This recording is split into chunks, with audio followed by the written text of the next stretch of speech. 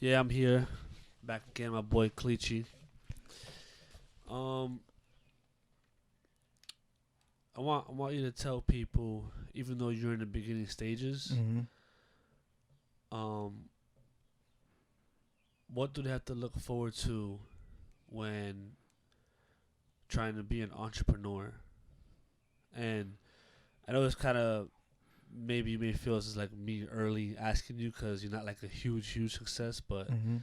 I know there's people out there who are afraid to quit their jobs, Mm-hmm. afraid to, take that step forward. You know what I mean? Mm-hmm. And maybe sometimes it's someone with the knowledge who's done it that Mm-hmm. could, help with that decision. So, like, what is the beginning stages of it? Mm-hmm. And as you keep working towards more goals, like, what are some like tribulations that you go through? All right. So I think for the first thing people need to know is that you gotta do what you feel, and people spend a lot of time doing or being struck between the two, but doing what they think, and and a lot of times what you think got a lot to do with family, and what who wants you to do this, or this person think you should be doing, but you gotta do what you want to do. And one thing that I learned is that um I read in this book that your heart is your moral compass. Like whatever it is that you put out there to do, that you want, the only way you're gonna get to it is if you do what your heart is telling you. Like if you just follow, if you just do it, like even if it seemed dumb, like just do it. You know what I'm saying?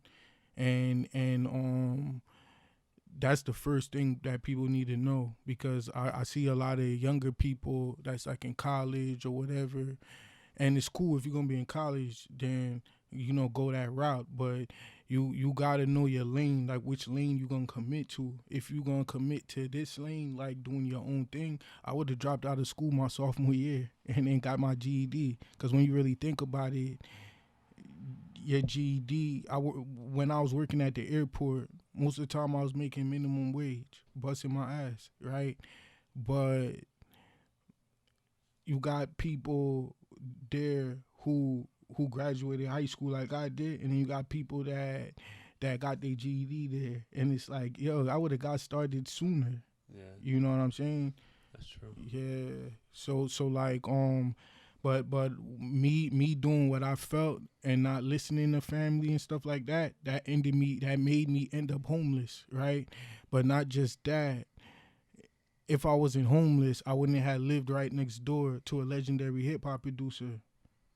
You know what I'm saying? Much more the way I found that out, in a whole nother town in Orange. 'Cause that's when I first met Money Long and shit. Me and Money Long in the studio. He's like, yo, he live in Belleville. I'm like, I live in North Newark. We in Orange talking about this. Yeah, And I'm like, yo, I'm like, I'm like, he's like, where you live at?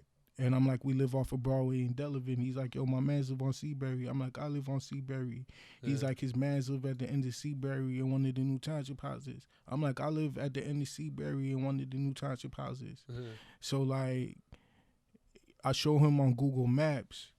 I show him on Google Maps the house, and he points to the house right next door to me. He's like, I swear I dropped him off there before. yeah, So like, I go home supposedly knowing that this legendary hip hop producer lives right next door to me. Never seen him, yeah, but then one day, like 2 months later, Money Long hit me up and he's like, "Yo, I was telling him about you. He wanted to meet you. We set up to meet at the studio in Orange that Thursday."